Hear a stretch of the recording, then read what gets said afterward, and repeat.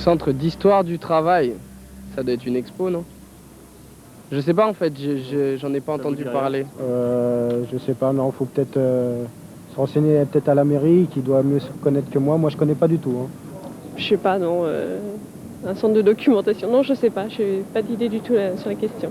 Oh là, centre d'histoire du travail. Alors, c'est toute une histoire. Hein. Non, je vois pas ce que ça veut dire. Vous voyez pas ce que c'est? Non. C'est un endroit où on peut trouver toutes les informations relatives notamment aux lois du travail, la condition ouvrière, ou des choses comme ça peut-être. Mais c'est tout. Les anciens chantiers de Nantes, le pont de Bretagne, des archives, une mémoire, des quais, des cales. Voilà. Pour y aller, il suffit de prendre le tramway, de s'arrêter au pont de Bretagne à peu près. Et puis de traverser la Loire, on y est, en face.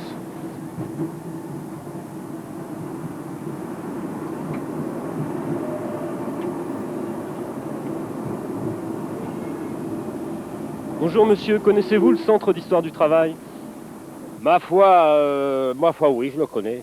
Je le connais parce que c'est un endroit qui me semble unique. C'est pas un lieu unique, mais c'est un endroit unique où on trouve encore des bribes, des brindilles, des morceaux de la vie ouvrière à l'état brut. Vous voyez ce que je veux dire? L'état brut de décoffrage.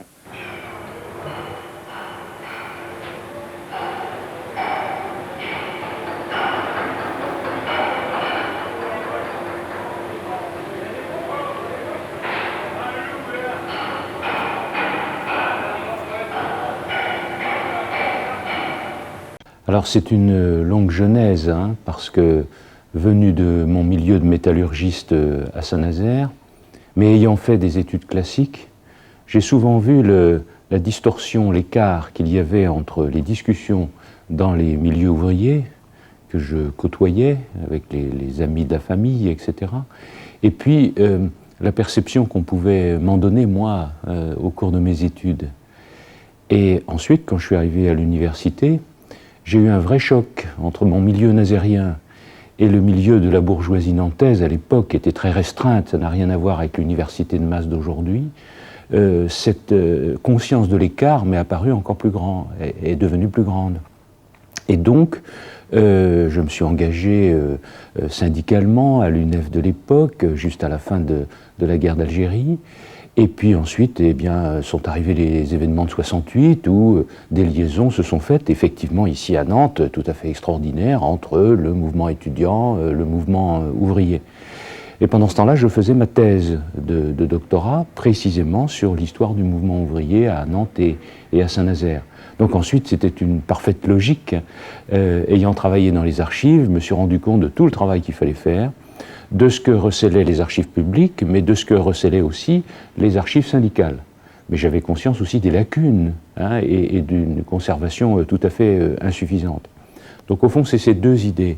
Chercher les sources, bien sûr, les mettre à jour, les classer, donner de la documentation aux militants. Et puis par ailleurs, il y a un militantisme politique, je dirais, syndical et politique, qui consiste à penser que le mouvement ouvrier, pour avoir pleinement sa conscience face à ses adversaires, eh bien, doit énormément travailler son histoire. Hein.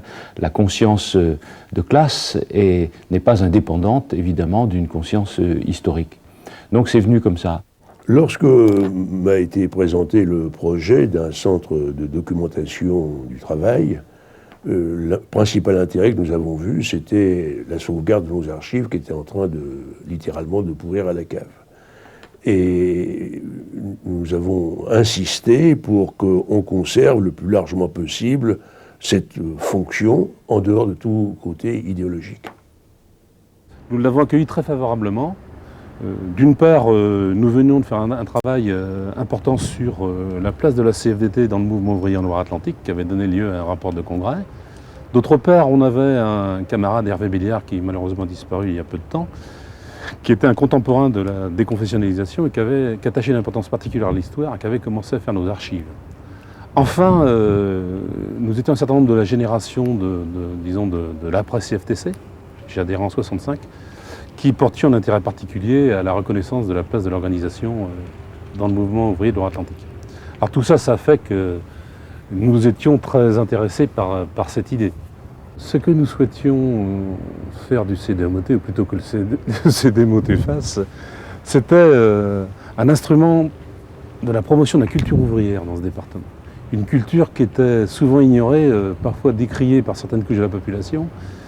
Et l'idée, c'était qu'on reconnaisse enfin la place que la classe ouvrière avait jouée dans les évolutions sociales.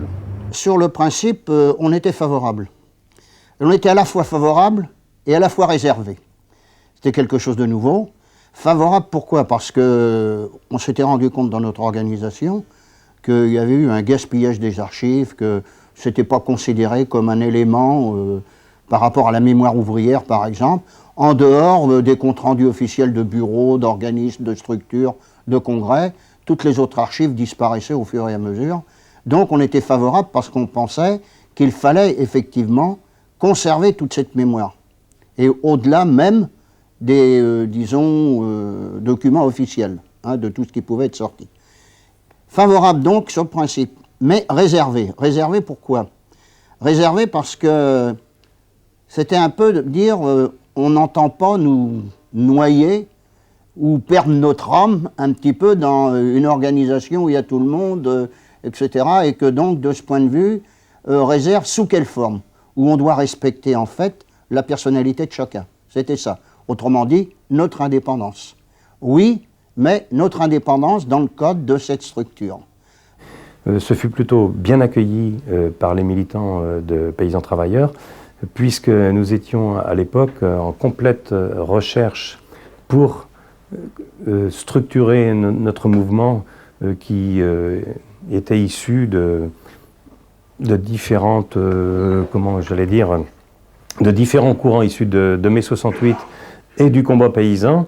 Et donc, il nous semblait important de reconstituer un peu l'histoire de tout le mouvement paysan, ouvrier et agricole, d'autant plus que dans ce secteur de l'Ouest, et en particulier de Loire-Atlantique, un certain nombre de militants paysans et ouvriers avaient compris que pour une meilleure défense du territoire, on avait des points communs et on devait s'associer pour défendre notre territoire. Le problème se posait chez nous, les archives jusqu'à quand?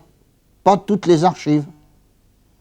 C'est-à-dire que la période récente, on n'était pas favorable au dépôt des archives de la période récente. On considérait que ça ne devait pas être un élément de débat à l'extérieur de l'organisation de ce qu'on avait. Et autre aspect alors qui compliquait les choses, c'est que dans le même temps, se mettait en place au plan de la Confédération l'institut en fait social du travail par la CGT, c'est-à-dire au plan national, et qui demandait à ces organisations en fait de lui remettre toutes ces archives. Alors à qui allait-on redonner les archives? François Almadec, qui était conseiller municipal chargé des relations avec les syndicats, a assumé tout de suite cette idée. Il se l'est approprié au meilleur sens du terme. Et il a milité autour de lui, auprès du maire de Nantes, Alain Chénard, auprès de ses collègues, et également auprès d'autres collègues de la Basse-Loire, des municipalités de gauche. Et si bien que nous avons entrepris tous les deux des rencontres, on a demandé des rendez-vous à peu près à toutes ces municipalités. Je signale tout de même que nous avons demandé par écrit la participation de toutes les communes du département, puisqu'il s'agissait à la fois du mouvement ouvrier, mais aussi du mouvement paysan. Nous n'avons pas pris notre bâton de pèlerin auprès de toutes les municipalités, mais toutes ont été contactées. Il faut bien dire que les réponses ne sont venues que des municipalités de gauche. Dès le départ, nous avons eu une conception globale du centre de documentation du mouvement ouvrier et du travail, c'était ainsi son appellation à l'époque. Il ne s'agissait pas simplement de conserver les archives, ou de les construire même. Ce qui était d'ailleurs dans l'idée de François Almadec. Nous sommes très, très bien complétés de ce point de vue, nous étions bien d'accord. Lui, il était hanté par l'idée d'un mouvement ouvrier dont l'histoire serait tronquée, faute justement de ces documentations. Mais nous étions aussi d'accord sur l'autre volet, c'est-à-dire sur l'action même que le centre devait générer. Alors moi-même, j'ai été influencé par Gramsci, et au fond, il s'agissait de construire un collectif qui serait ce qu'on appelle un intellectuel organique du mouvement ouvrier, hein, collectivement considéré. C'est-à-dire qu'il devait agir pour la conscience ouvrière, pour son éducation, pour sa culture, tout simplement. D'où l'idée de stage. Ce qui n'a pas été sans difficulté dans les discussions premières avec les syndicats, parce qu'après tout, ils disaient « mais quel sera le contenu des stages? Qu'est-ce que vous direz ?» etc. Alors on a beaucoup discuté de ces choses-là. Ah oui, mais il y a des gars de Saint-Nazaire là-dedans. Thierrier. Et puis eux, ils ont des trucs licenciés, des écharpes ou des brassards licenciés. Ouais. Blocos de la Bretagne. Ah, c'était le lieu où les gars de la Bretagne faisaient leur meeting, mais où, lorsqu'il y avait des brayages des deux entreprises, Loire et Bretagne, on se regroupait, surtout pour des problèmes de licenciement ou d'augmentation de salaire ou autre, on se retrouvait tous au blocos. Alors ça, c'est la cour de la mairie, oui. Hein, et puis ça, c'est les pompes funèbres au coin de la rue, là. Ouais. Donc là, vous venez en délégation voir le maire, sans doute? À la mairie, à l'époque, printemps 65, je te dis, c'était au moment Orion, Maurice, maire de Nantes, puisque le renouvellement des élections, c'est 65. Puisque j'étais conseiller municipal jusque-là, moi. Il n'y avait pas de problème par rapport aux organisations syndicales, en général. Oui, la structure était une structure qui, c'était normal, elle n'avait pas, a priori, à faire d'exclusive, hein, ou d'exclusion. Donc, on n'était absolument pas... Chacun étant maître, c'est comme dans une intersyndicale, chacun étant maître de ses décisions, il n'y avait absolument aucune opposition à ce que l'ensemble des structures ouvrières, cadres ou autres, y participent. Et je dirais même par rapport aux paysans, étant donné les rapports qu'on avait avec les militants paysans et les organisations syndicales CDGA, FDSEA, etc., avec les militants, toutes les actions communes qu'on menait et autres, on considérait qu'ils étaient une composante du mouvement social.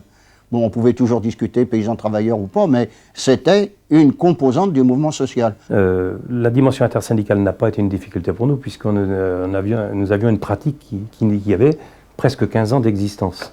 Et bien que dans cette période, nous étions plus en pratique intersyndicale sur des notions de répression syndicale. C'était plutôt, on était plutôt cantonnés à ce niveau-là. Donc les centrales ouvrières nous ont accueillis sur ce plan-là. Et puis se méfiaient, étaient très méfiantes au regard des infiltrations de mouvements dits gauchistes de l'époque qui infiltraient le mouvement paysan-travailleur. Nous n'avions pas d'hostilité a priori à l'égard des participations des confédérations ouvrières, dites ouvrières, CFTC comprises, et CGC. En ce qui concerne les organisations paysannes, nous étions probablement un peu plus réticents compte tenu du caractère de l'organisation paysanne à l'époque, qui ne pouvait en aucun cas être comparée à celle des organisations ouvrières. Dans l'absolu, la dimension intersyndicale ne pouvait pas être un obstacle, parce que la CFDT n'a jamais prétendu représenter elle seule le mouvement ouvrier en Loire-Atlantique. Par contre, dans les faits, il y avait quelques petits problèmes, non pas tellement avec la CGT, bien que, nous étions en période de tension entre nos confédérations, et il n'était pas facile d'ajuster le tir et de continuer à pratiquer l'unité, mais surtout avec EFO qui, à longueur de colonne de Ouest syndicalisme, passait son temps à taper sur la CFDT. Bon, ceci dit, ça ne nous paraissait pas sur le fond de nature à ne pas nous engager dans la démarche. Nous avons invité aussi les partis politiques. Ils ont répondu d'ailleurs, puisqu'ils sont venus visiter le centre aussi très vite, dès l'année 1981. Mais il était clair que dans l'esprit des syndicalistes et de l'ensemble des fondateurs, il fallait laisser les partis à l'extérieur. Il y a ici une très vieille tradition, on appelle ça anarcho-syndicalisme, je ne suis pas tout à fait sûr que ce soit ça, disons un syndicalisme très à cheval sur son indépendance. Et par conséquent, il valait mieux, c'était déjà un certain exploit, de mettre l'ensemble des organisations syndicales ensemble, et il ne fallait pas mêler sans doute les grands partis politiques de gauche à la naissance du centre. Je crois que ce n'était pas souhaitable, et les partis ne l'ont pas souhaité d'ailleurs. On les considérait, ces organisations politiques, sur le plan social, comme étant partie prenante du mouvement social. Ils étaient, pour une grande part, les représentants des travailleurs de la classe ouvrière, dans leur sensibilité, dans leurs objectifs. Donc il n'y avait pas, a priori, non plus là, d'exclusive à leur encontre. On considérait que c'était déjà pas mal de régler nos affaires entre les 3 syndicats et la FEN, il ne faut quand même pas oublier, sans parler de s'atteler au fond des partis politiques, sachant qu'en plus il y avait tout un tas de choses qui tournaient autour de l'union de la gauche, la reconstitution des partis, etc. Donc c'est à la fois pour des raisons pratiques, pour pas compliquer les débats entre nous qui étaient déjà un peu ardus, et pour des raisons, disons conjoncturelles, que nous ne considérions là aussi pas très urgent d'avoir les archives des partis, sachant que le mouvement social dans ce département était beaucoup plus mené par les organisations syndicales. Oui, il faut qu'on précise, à l'époque, il y avait un peu encore aujourd'hui, d'ailleurs, la mythologie droite-gauche, qui faisait que les partis censés être des partis ouvriers, c'était le PS et le PC. Je n'ai jamais été dupe de cette fiction, et j'ai toujours été partisan de l'indépendance totale des organisations syndicales vis-à-vis des partis politiques, quels qu'ils soient. J'ajoute que dès lors qu'il y avait un financement municipal, associer uniquement les partis dits ouvriers ou de gauche aujourd'hui, avait un caractère partisan susceptible de compliquer les choses lorsqu'on demande des subventions aux municipalités. En ce qui concerne le rôle joué par les universitaires, dès lors qu'il s'agissait d'un rôle technique fondé sur la compétence, il n'y a vraiment aucune raison de s'y opposer. Ce qui a été peut-être, qui a posé des problèmes, c'est que nous avons eu affaire pas à n'importe quel universitaire, souvent à des gens, disons, engagés, et pas forcément engagés à force ouvrière. Donc là, nous voyons une dérive possible, qui d'ailleurs, on y reviendra, s'est concrétisée par la suite.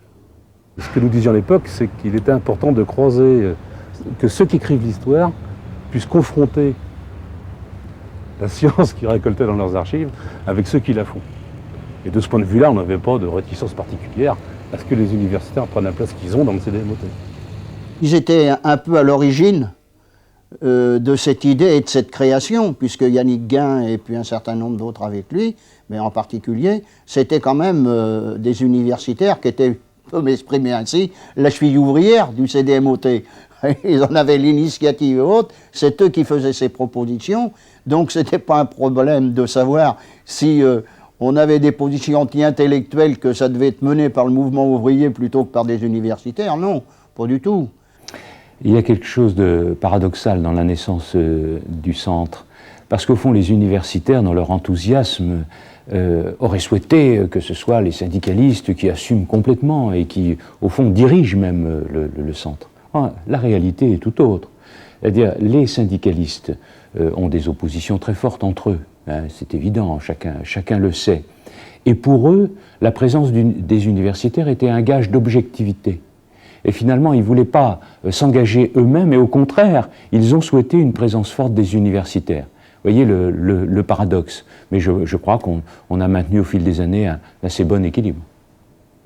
Donc l'expo commence à la fin du 19e siècle avec la migration bretonne et se succèdent les différents courants migratoires dans l'industrie. Donc tous les panneaux sont conçus à peu près de la même façon. En haut, dans le carré rouge, on a un rappel du titre, Regard sur un siècle d'immigration ouvrière en Basse-Loire. Et ensuite, on a utilisé une photo tramée. C'est en fait une scène d'ouvriers électriciens au début du siècle. On a souhaité un texte très léger et surtout insister sur le côté graphique. Le premier, je crois que c'était le bouquin de Lemadec, L'Aubépine de mai. Il est où les Batignolles? Il n'y en a plus? Ah oui, il n'y en a plus? Aucun? Aucun. Ah oui. Donc l'un des derniers livres est celui de Marcel Guilleneuf. Ça, c'est donc le premier de la collection, il y en aura d'autres. Et je crois que le résultat est très intéressant, très satisfaisant. C'est un bon livre. Le centre de documentation a commencé avec rien. Il fallait mener de front trois choses.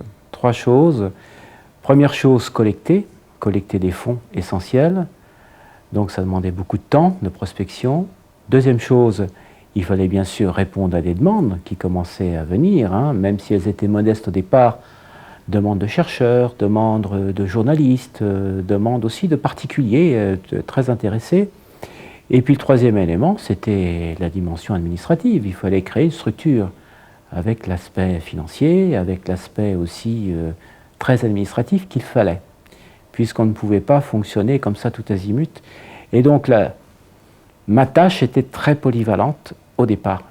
Et donc mon profil de poste était très simple et en même temps très complexe. Il était chercheur, je devais être un chercheur et aussi un animateur. Alors chercheur au sens intellectuel, mais surtout au sens de chercher des archives, des témoignages. C'est plutôt comme ça que je l'interprétais. Et puis animateur, c'est-à-dire restituer le maximum, c'est-à-dire par rapport aux gens qui venaient en consultation, leur proposer les choses que nous avions, les pistes de renvoi, parce que nous n'avions pas tout, et puis aussi prévoir des animations pour créer, je veux dire, l'événementiel, pour communiquer sur ce fameux centre qui prenait naissance et qui démarrait tout lentement. Il fallait tout faire. Au début, les organisations syndicales étaient quand même assez méfiantes sur un organisme créé initié en tout cas, par des universitaires. Ils avaient été évidemment associés à la création, mais la méfiance régnait, notamment sur le fait de confier les archives. La CFDT ou la CGT, au départ, étaient extrêmement réticentes à confier leurs archives, ce qui n'était pas le cas de FO. Je me souviens qu'au tout début, quand le CDMOT s'est installé ici, dans les locaux de la Bourse du Travail, on était allé voir avec Daniel Sicard, Alexandre Hébert, qui était secrétaire de l'Union départementale à l'époque, et en grand seigneur, il avait sorti la clé du tiroir de son bureau et il nous avait dit « voilà la clé ». Donc, du point de vue des archives, il faut fonctionner sur la confiance, ce qui n'était pas le cas des autres organisations syndicales. Ce qui a surtout changé entre le moment où j'étais salarié et le moment où je suis devenu président, c'est d'abord les lieux, qui ne sont plus les mêmes, puisque maintenant le centre se trouve dans l'ancien bâtiment de direction des chantiers du Bijon. Ce qui a changé aussi, c'est les salariés, puisque ceux qui étaient là dans les années 80 ne l'étaient plus dans les années 90.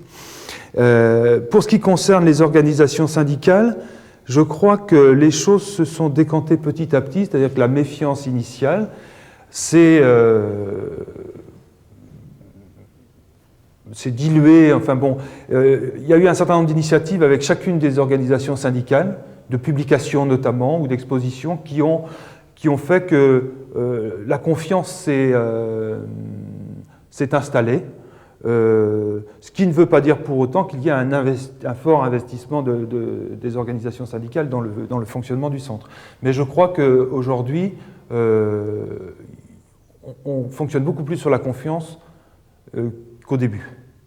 En 1993, le CDMOT, Centre de documentation du mouvement ouvrier et du travail, devient le Centre d'histoire du travail.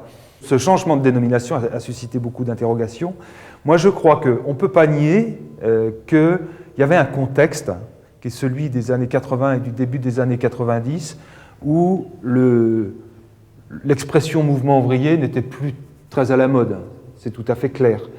Pour autant, c'est une décision qui a été prise à partir de critères, disons, objectifs. D'une part, le fait qu'il n'y avait pas le mot paysan dans le nom, alors que peut-être la moitié des archives étaient constituées de documents de syndicalistes paysans ou d'organisations syndicales paysannes, donc ça a beaucoup compté.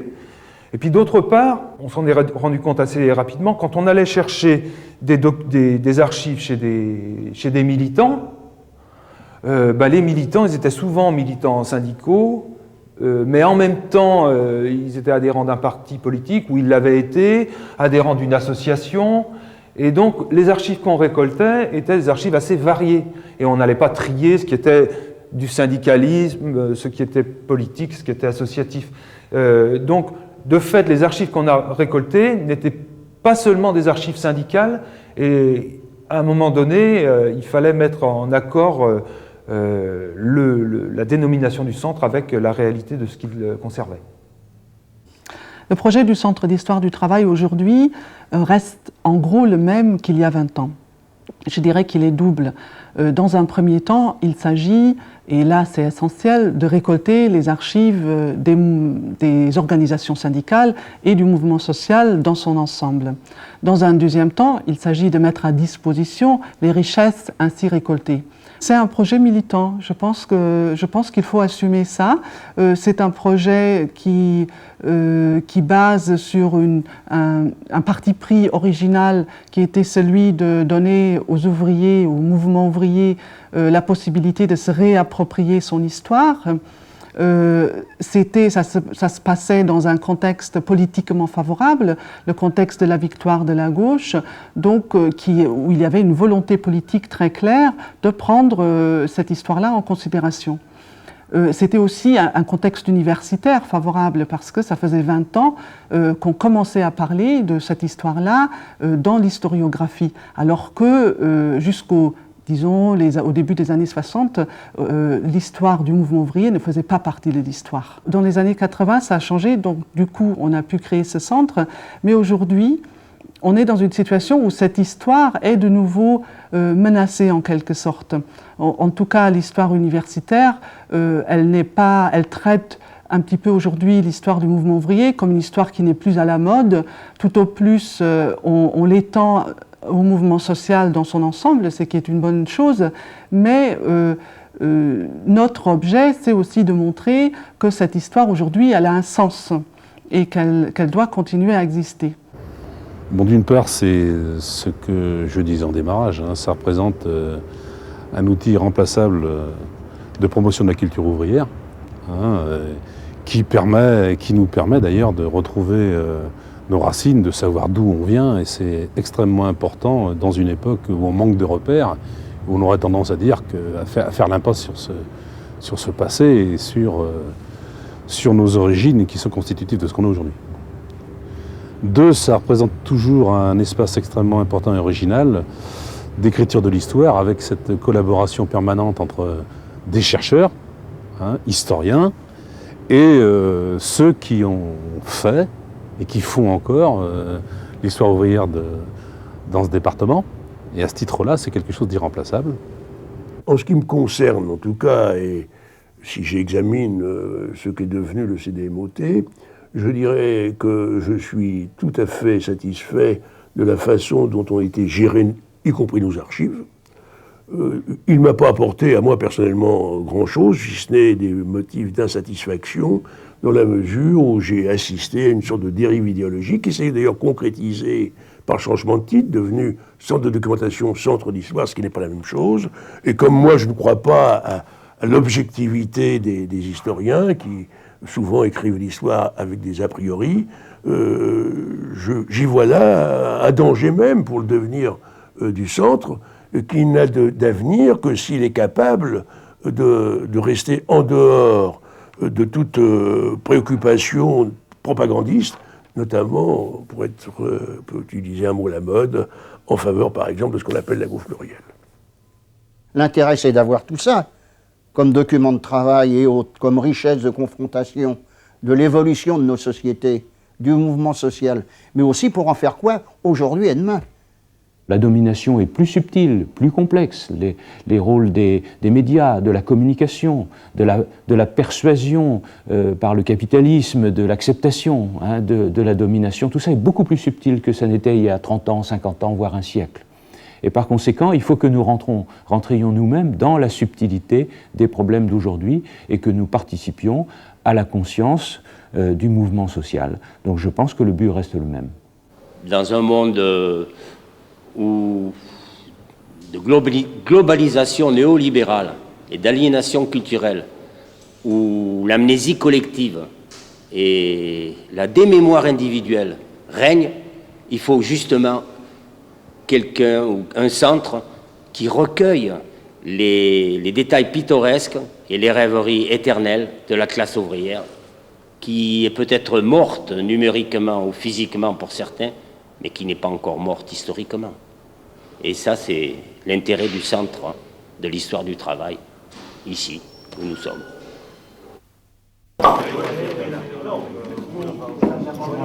Amen. Voilà. Alors moi, c'est vrai que je connais moins la... Oh, je ne sais pas presser, t'inquiète. Je connais...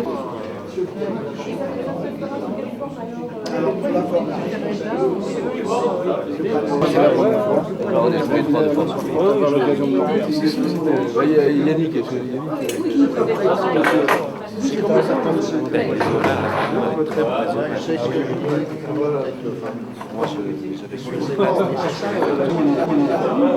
Moi je dis aujourd'hui, on est en train de dire, il nous faut, enfin le patronat, etc., l'opération.